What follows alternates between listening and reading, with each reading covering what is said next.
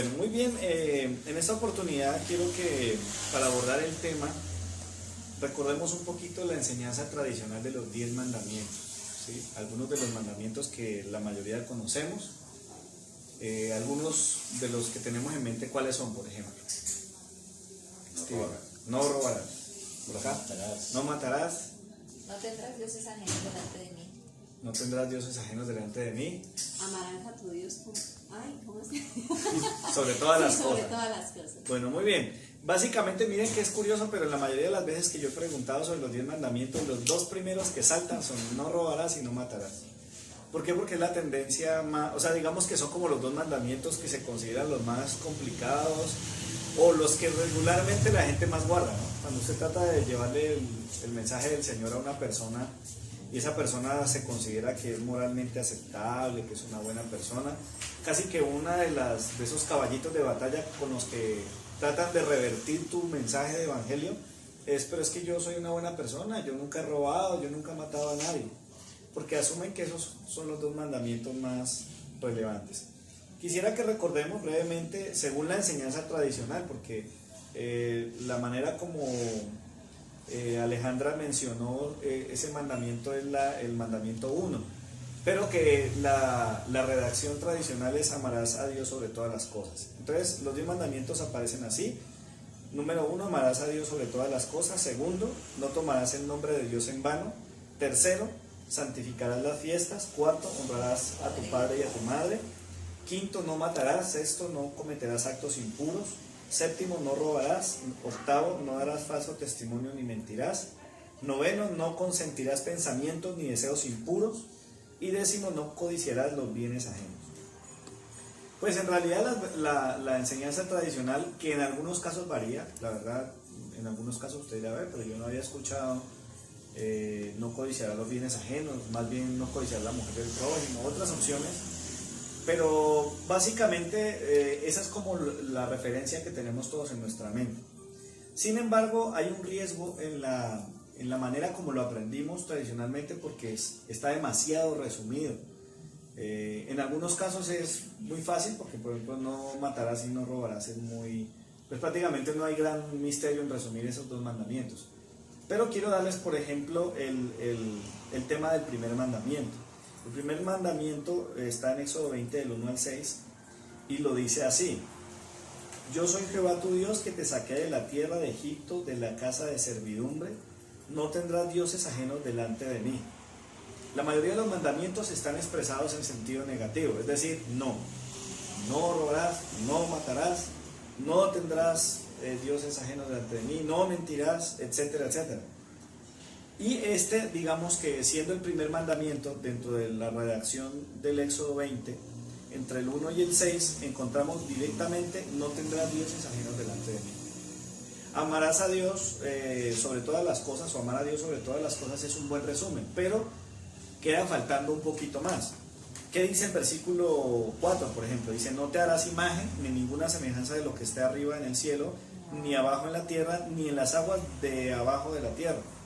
Ni te inclinarás a ellas, ni las honrarás, porque yo soy Jehová tu Dios, fuerte, celoso, que visito la maldad de los padres sobre los hijos hasta la tercera y la cuarta generación de los que me aborrecen, y hago misericordia a millares a los que aman y guardan mis mandamientos.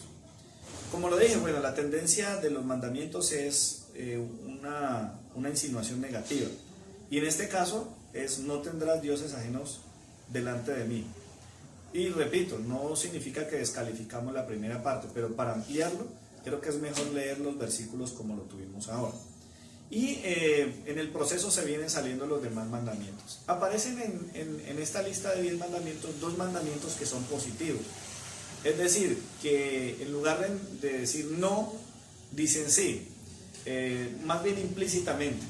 Son el mandamiento tercero y el cuarto. El cuarto, que es honrarás a tu padre y a tu madre, es un mandamiento positivo, ¿sí? Es una acción positiva. Sí, honrarás a tu padre y a tu madre. Y el tercero, que en la enseñanza tradicional es santificarás las fiestas, es el pasaje sobre el cual, o sobre el mandamiento que nos vamos a enfocar. Porque el tema para hoy es el verbo santificar en el tercer mandamiento. Revisemos un poquito cómo aparece el tercer mandamiento, ¿sí? En la enseñanza tradicional yo lo escuché muchas veces, es santificarás las fiestas. Pero veamos cómo lo dice Éxodo 20, que es el texto sagrado. Desde el 8 al 11 dice: acuérdate del día de reposo para santificarlo. 6 días trabajarás y harás toda tu obra, mas el séptimo día es reposo para Jehová tu Dios. No hagas en él obra alguna, ni tú, ni tu hijo, ni tu hija, ni tu siervo, ni tu criada, ni tu bestia, ni tu extranjero que está dentro de tus puertas. Porque en 6 días hizo Jehová los cielos, la tierra, el mar y todas las cosas que en ellos hay, y reposó en el séptimo día. Por tanto, Jehová bendijo el día de reposo y lo santificó. El tema del día de reposo es muy controversial, sobre todo en algunos grupos donde es el mayor énfasis. Hay grupos que utilizan la Biblia para sus enseñanzas y prácticamente no importa cuál tema sea el que están trabajando, siempre desembocan en el día de reposo. Y hay algunas dificultades que genera este tema, porque como les digo, hay mucha controversia. Algunos consideran que el día domingo no es el día del Señor y básicamente lo han satanizado, ¿no? Ese es el día del diablo. Pero vamos a mirar, según la Biblia y según el texto que acabamos de leer, cuál es la relevancia del verbo santificar cuando se trata de guardar el día de reposo, que es el tercer mandamiento. Algunas de las razones por las cuales este tema es complicado es porque atenta contra la tradición de algunas personas.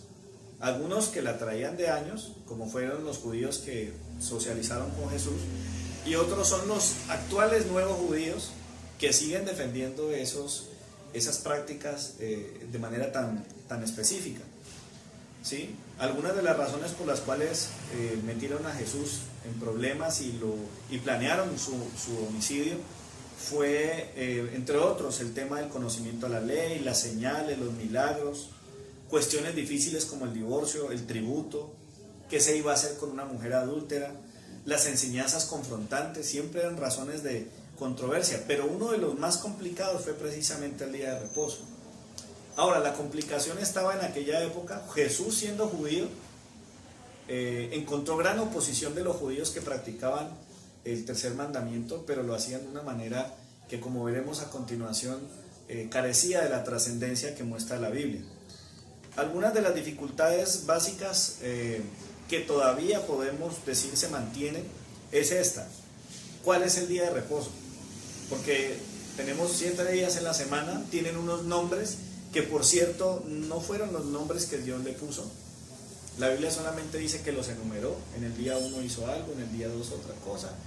Y Dios habla es de que Él destinó un último día o el séptimo día para reposar. La otra dificultad es qué significa la palabra Shabbat, que para algunos es una transliteración o una equivalencia a sábado. Hay mucha gente que está plantada en eso. La tradición judía, por ejemplo, ellos arrancan el Shabbat más o menos desde las 6 de la tarde del viernes hasta las 6 de la tarde del sábado.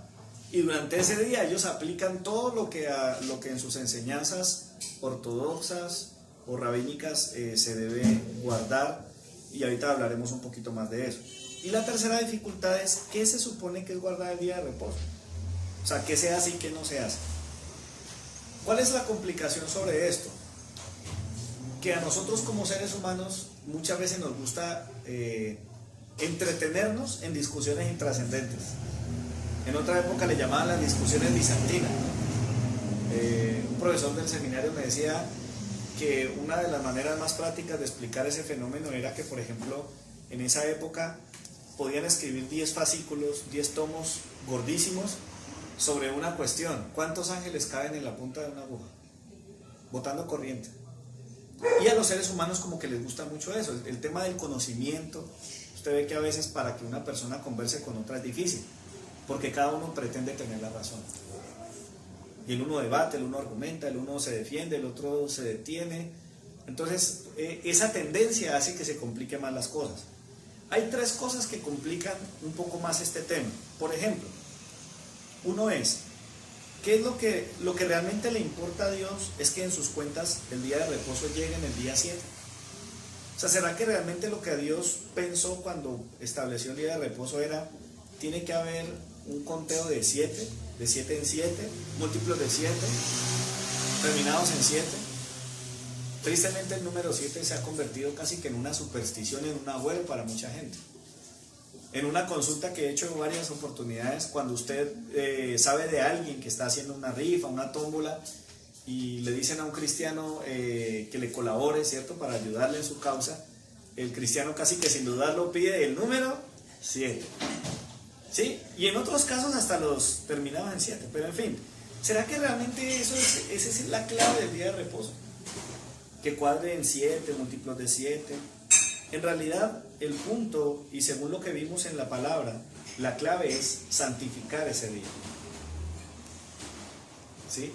Y además que no es solamente el día, es el concepto como tal, y eso lo hablaremos un poco más a profundidad adelante. ¿Cómo hacemos nosotros para afrontar esta dificultad? Sencillamente podríamos hacer como hizo Jesús con la samaritana, quien cuando se encuentra con Jesús le dice a él: ¿cómo tú siendo judío me pides a mí que te dé beber agua? Este relato está en Juan 4, y cuando después de una conversación muy especial Jesús se revela a sí mismo como el agua de vida y le confronta a esta mujer con su realidad, empiezan a cuestionar un poco el tema de la adoración. Esta mujer le dice: bueno, nosotros tenemos entendido que el lugar de adoración es aquí donde adoraron nuestros padres, pero ustedes dicen que es allá en Jerusalén, al fin, ¿dónde es? Y es maravilloso cómo Jesús desarticula las dos tradiciones, la de los samaritanos y la de los judíos. Él dice: no, en realidad eso no es lo más relevante. Y dice Juan 4, 23 y 24: he aquí, la hora viene y ahora es. Él está hablando de un momento ya. Él rompe el calendario, rompe el esquema tradicional para mostrar que realmente lo que a Dios le importa es que los verdaderos adoradores adoren al Padre en espíritu y en verdad. Entonces, la clave es la aplicación del verbo santificar en el tercer mandamiento. Otra cuestión que produce dificultades cuando uno habla del día de reposo es: ¿será que es la inactividad la clave del día de reposo? ¿Será que el estar quietos o el asimilar un montón de prohibiciones es el punto máximo del día de reposo? Y quiero comentarles que hay una lista impresionante de prohibiciones.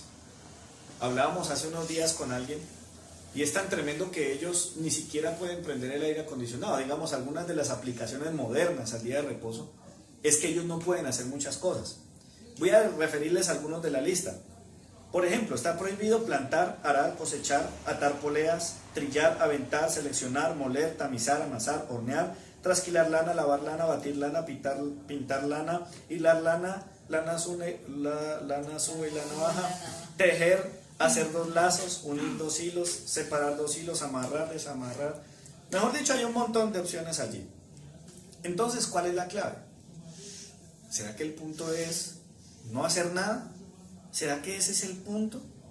Jesús sacude las estructuras del judaísmo, no deshabilitándolas. Él no niega la ley, Él la cumple totalmente, pero Él la cumple a cabalidad. Él lleva a esta gente a entender cuál es el punto de santificar el día de reposo. Y para verlo vamos a mirar un texto que está en la Biblia, en Lucas capítulo 6 del 1 al 11. Note cómo Jesús nos amplía el panorama de qué es lo que realmente significa santificar el día de reposo. Dice el texto así: aconteció que en un día de reposo, pasando Jesús por los sembrados, sus discípulos arrancaban espigas y comían restregándolas con las manos. Y algunos de los fariseos dijeron: ¿por qué hacéis lo que no es lícito hacer en el día de reposo? Respondiendo Jesús les dijo: ¿ni aun esto habéis leído lo que hizo David cuando tuvo hambre él y los que con él estaban? Cómo entró en la casa de Dios y tomó los panes de la proposición, de los cuales no es lícito comer, sino a los sacerdotes, y comió y dio también a los que estaban con él. Y él les decía: el Hijo del Hombre es Señor aún del día de reposo. El versículo 6, aconteció también en otro día de reposo. Si leemos hasta el 11, lo siguiente que ocurre en este mismo capítulo es una confrontación, porque Jesús le va a sanar una mano a un señor. Tenía la mano seca y Jesús está acercándose a sanarle la mano a él. Y los que están alrededor, que son los defensores del día de reposo, se supone que no se debe sanar el día de reposo. Y están ahí, en la expectativa. ¿Qué va a hacer Jesús? ¿Será que va a invalidar el día de reposo? Y en esa confrontación, dice el versículo 8, Mas él conocía los pensamientos de ellos y dijo al hombre que tenía la mano seca: levántate y ponte en medio. Y él, levantándose, se puso en pie. Entonces Jesús les dijo: os preguntaré una cosa, ¿es lícito el día de reposo hacer bien o hacer mal? ¿Salvar la vida o quitarla? Y mirándolos alrededor, dijo al hombre: extiende tu mano. Y él lo hizo así, y su mano fue restaurada.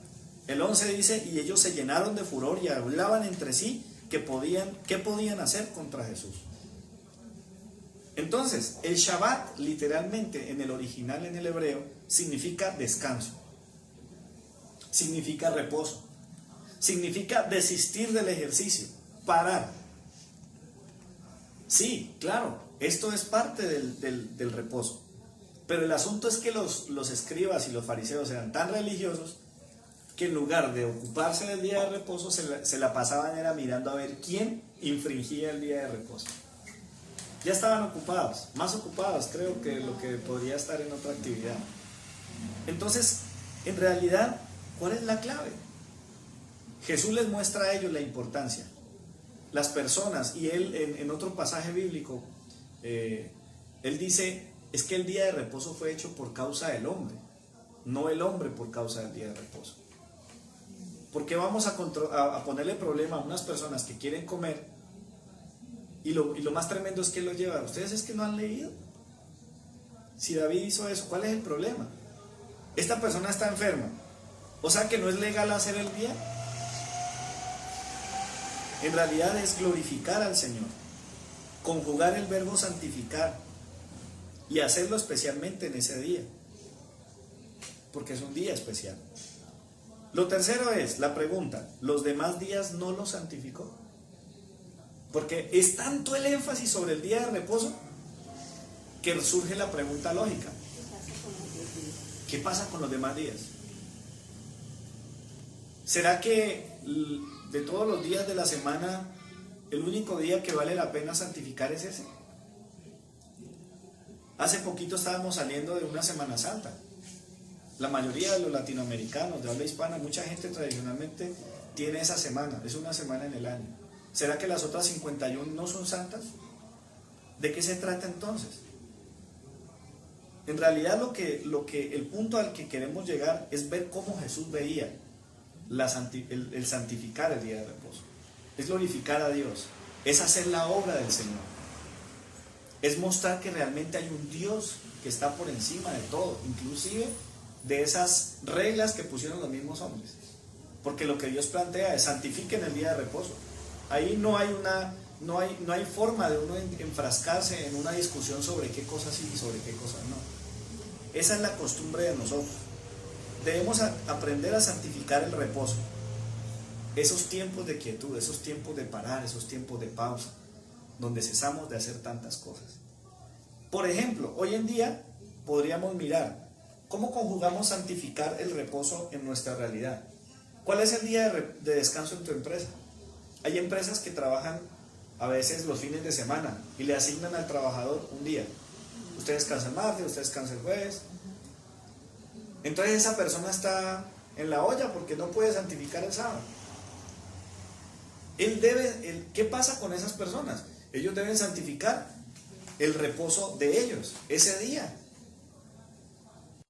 Entonces el punto ¿cuál es? Si a ti te dan un día martes, un día miércoles, ese es tu día de reposo. Ese reposo debes santificarlo.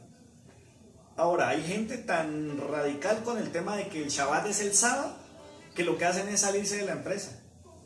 Negarse a trabajar en una empresa porque es que es el sábado, el día del Señor, y es complicado. Y en nuestra sociedad, al menos en Colombia y en gran parte de Latinoamérica, los días laborales son entre lunes y sábado. La mayoría de nosotros contamos es con el domingo, la mayoría. Ese es el día de reposo para nosotros. Algunos lo satanizaron, no, eso es el día del diablo. Lo importante no es la esencia de qué día es, si cae en 7 o un múltiplo de 7. Es que el día de tu reposo, el tiempo de tu reposo lo santifiquemos. ¿Qué pasa con tus días de vacaciones? Deberíamos planearnos para santificar al Señor, para glorificar a Dios en nuestros días de vacaciones, con nuestras horas libres. ¿Qué hacemos cuando llegamos de la oficina? Algunos terminan labores a las 4 de la tarde, 5 de la tarde, 6 de la tarde, qué sé yo. Llegan a la casa y muchos se acuestan tarde a la noche. ¿Qué hacemos con ese tiempo? Y una vez se le pregunta a los hermanos de la iglesia, ¿y el estudio bíblico que estamos haciendo? No, pastor, esta semana no me quedó tiempo. Y solo Dios sabe que cuando llegan del trabajo lo que hacen es enfocarse en su televisor o meterse en el computador o hacer cualquier otra cosa en vez de santificar al Señor en ese reposo. Y no se trata únicamente de actividades simplemente, digamos, de orar y de leer la Biblia. Claro, quizás son las expresiones más tiernas de nuestra parte hacia el Señor, pero santificar al Señor también es dedicarle un tiempo a saber cómo está nuestra familia.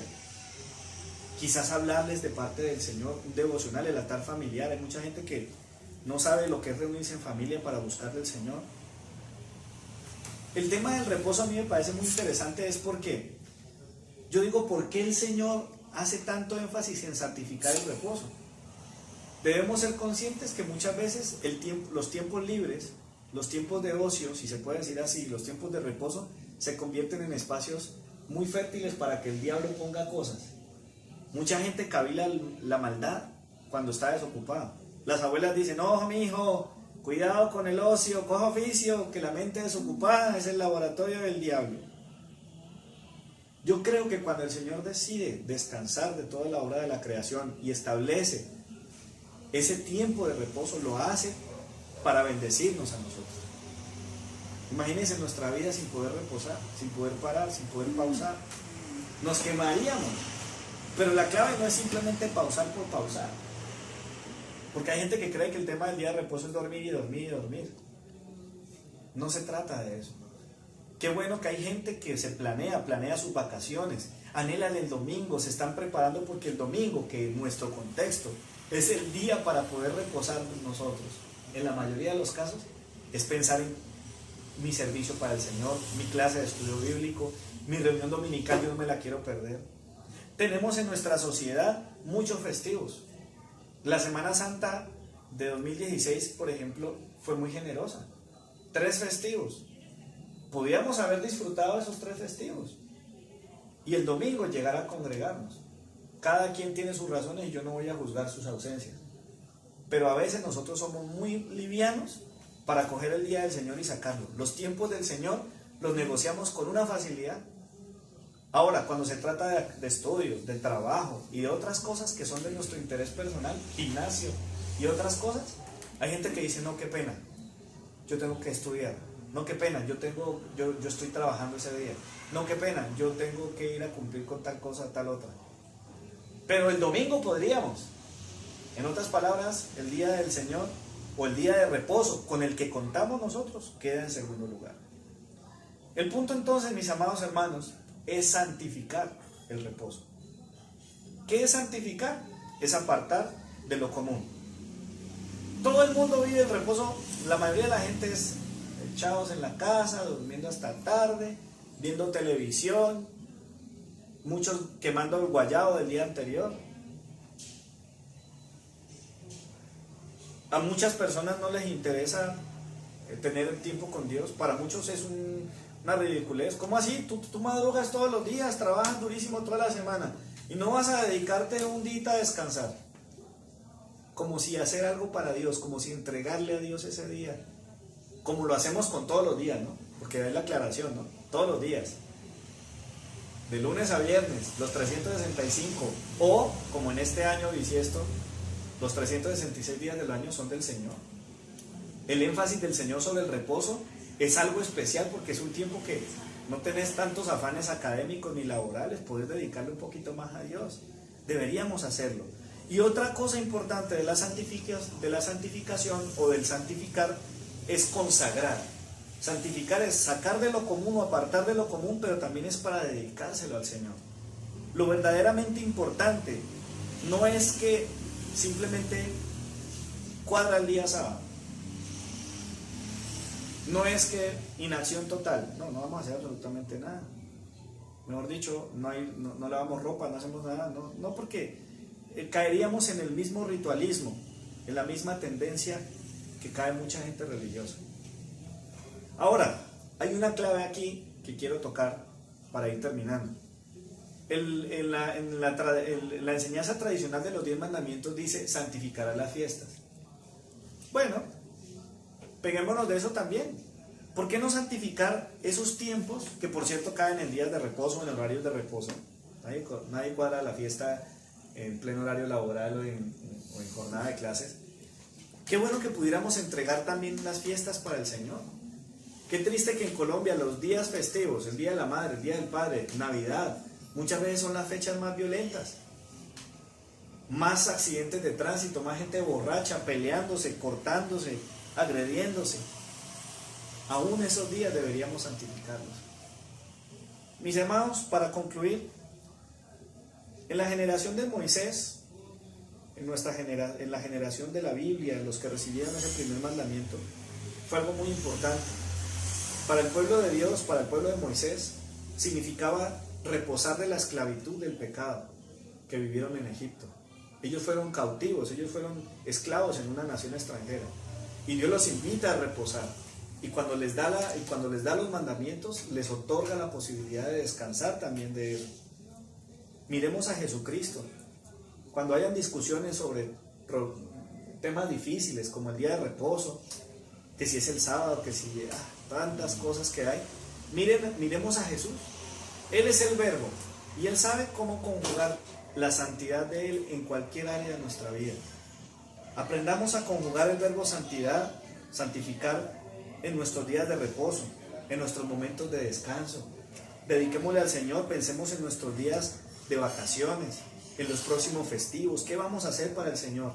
Hay familias en algunas culturas cristianas que programan sus vacaciones y dicen, por ejemplo, este año que viene vamos a viajar a Chile. Vamos a conocer a Chile, pero también vamos a contactarnos con una iglesia para ver si podemos ir a servir en alguna cosa. Hacemos una campaña evangelística, predicamos, hacemos algo, porque es que el reposo es del Señor.